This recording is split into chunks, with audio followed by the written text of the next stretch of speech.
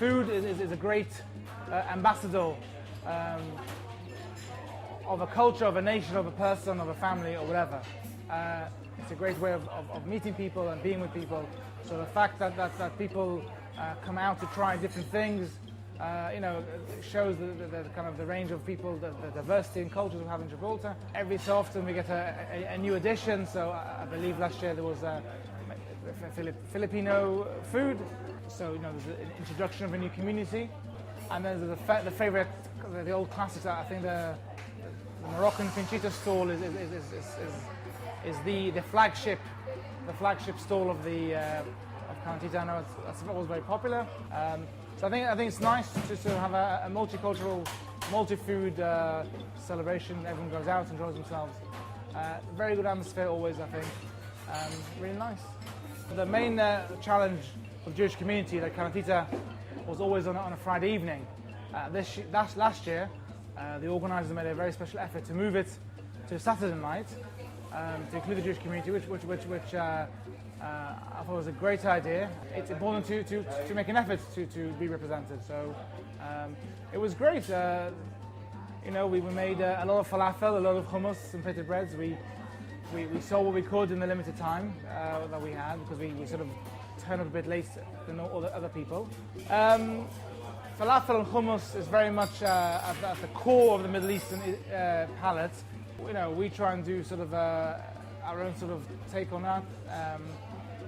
Because it's food I grew up with personally, and it's a food that is now very popular, and it's very healthy. We have access to all these fresh ingredients, whether it's carrots or tomatoes or garlic or chickpeas. So there's no reason why we shouldn't use all of those for that purpose. Our philosophy is very much, if we don't make it, we don't serve it. We make just about everything from scratch. We make fresh bread rolls every morning. We make our own pita breads, we make our own pizzas, we make our own tomato sauce, we make our own hummus, our own falafel. I even sometimes make cream cheese, we make cakes, salads. Nothing is served that we don't really put a hand into. It's important to give people a fresh experience. It's important to give them a healthy experience, and something that is unique to us. So everything we do isn't necessarily a unique, an original idea, but we make it here. Nothing is made outside. All the vegetables are chopped here. All the bread is baked here. All the cakes are made, iced, decorated here. Fresh, homemade, wholesome, and delicious.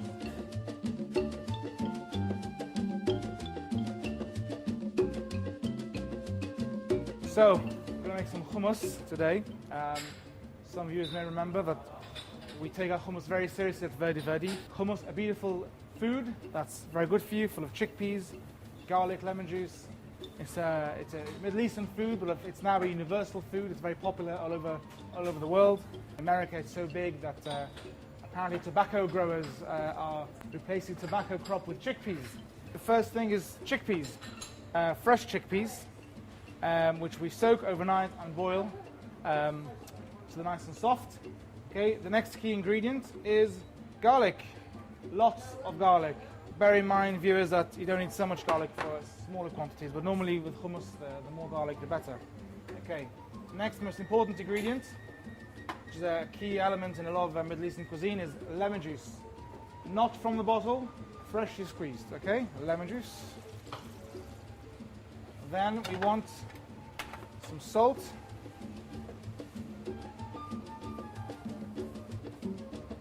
Okay. Ordinary water, nothing special about this water.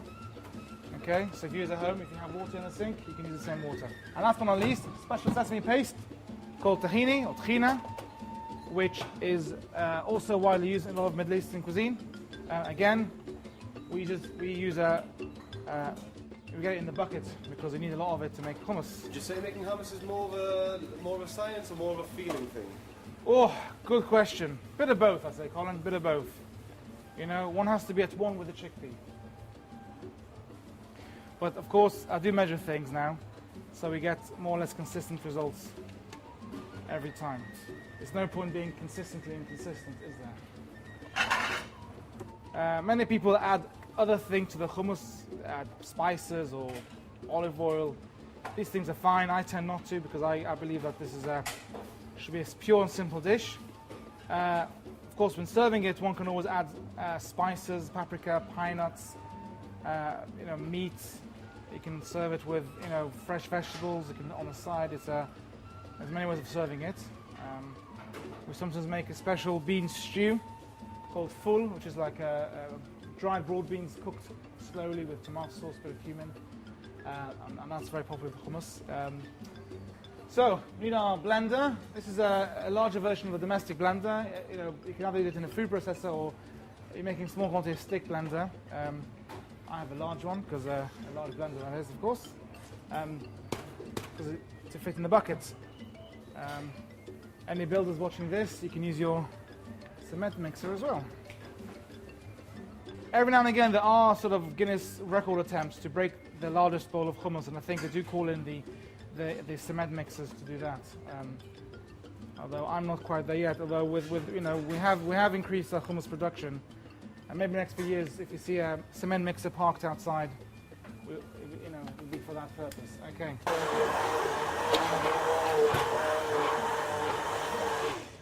The other trick is to, if you just boil the chickpeas, to leave them warm.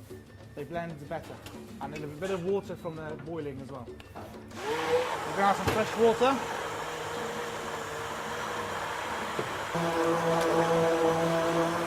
Now it's quite runny now. When it cools down, it does solidify. A nice thick hummus. Now I have a little taste. Perfect. That's it. That's how I make hummus.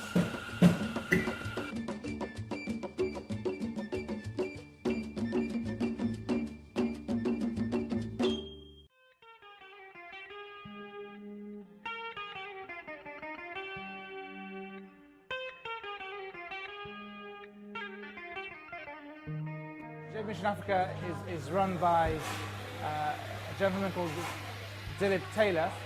Dilip runs Tai Chi classes for children on the weekends, and my son goes to these Tai Chi classes, and there's a lot of children there with special needs, and the results are quite good. I know a lot of parents who have children with special needs, maybe some disability, some with autism, and Dilip and his colleague Janine, who's also an occupational therapist, do a wonderful job with his children. Because Dilip also runs Mission Africa, I felt it's important to support his charity work, because they actually donate the money that people pay for the Tai Chi classes. They also donate to Mission Africa, so they do it on a voluntary basis. So it's the fact that Dilip and Janina are very close to my wife and my heart, and they're wonderful people, so I wanted to support them in the wonderful work they do with some very wonderful children.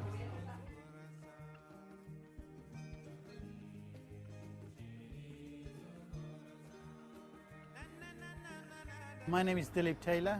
I'm the chairperson of Mission Africa, originally formed, if you like, in 2008.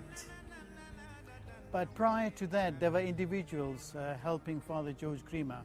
He is our founder member as well, who initiated the formation of a charity organization eventually named Mission Africa. We've grown a lot. We are now 7 trustees and executives, and it's strength to strength, we are raising funds and we're helping a lot of children.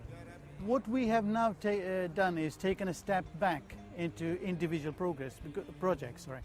What we're doing is we're collecting money, and as soon as we have sufficient funds, we donate to Father George Grima. He's, as you know, he's our guider and he does everything. So once the money gets to him and the money is allocated to project, he would then let us know which project we've donated money to. So I'm actually waited here for 3 projects which we've recently donated money to. I was fortunate enough that I've been traveling to Ethiopia myself and experiencing things at first hand. About 3 years ago, that's the last time I went there, and I'm hoping to go very soon. We had a project in the camp there, in Bonga. These are the names of the areas in Ethiopia. In Bonga region, we got 2 kindergartens, and in the camp there 1 at that time. When I went to kindergarten, it was very basic. The children were coming in no shoes, torn clothes, in some cases really dirty, body-wise and everything else. But now when I went and visited them, 3 years ago, I saw those same children again. Some of them had uniforms. We found that by teaching them hygiene and giving them food, nourishing food, and also uniforms so they can have clothing which is respectable. With their donations and generosity, we couldn't have done this. And believe me, when you show the photographs, you'll see the difference in the human race. We're all brothers and sisters, and we need to help each other. We're connected. So that's important. We help others. We've recently donated 40,000 euros, and that was raised within 2 months. It's purely because we've been talking to people, not as an event, just meeting people, talking about Jib Mission Africa, and Lord behold, we received the money. And now we've sent it to Father George, and he will soon give us details of where the money is donated to. So what I'm saying is to people who are helping us, please continue to help us, because it is helping thousands of children. Just to give you a little idea, we are feeding over 3,000 children a day. That's quite an accomplishment. And we're going to keep maintaining that, and you'll see that number is going to grow more and more. Hopefully, more healthy children in Africa. That's our objective, is to feed the malnourished children. I think I would like to sum up what Jib Mission Africa is all about. It's my experience when I first went there. I got to a place called Nekemte, a little town there. I forgot the name of it. And there was a little baby running around, 2 years or something like that. And Father George Grima was there, and he looked at me and says, "Pick the baby up." So I didn't question, I picked the baby up, and she was a plumpy little girl, pulling my hair and smiling. And so I said, "Father, why this girl?" I was still holding the baby. I said, "Father, why?" He said, "Do you remember I sent you a little photograph of a dying baby, which I found in the fields?" I said, "Yeah." And he says, "That's the girl." And you can't believe how hard I embraced her, because that puts everything together, because a child was born into, disbanded, into dying, and all of a sudden she's living. And I think Jib Mission Africa has helped a lot of children. This is an example which will stay with me all the time. And her hug was beautiful.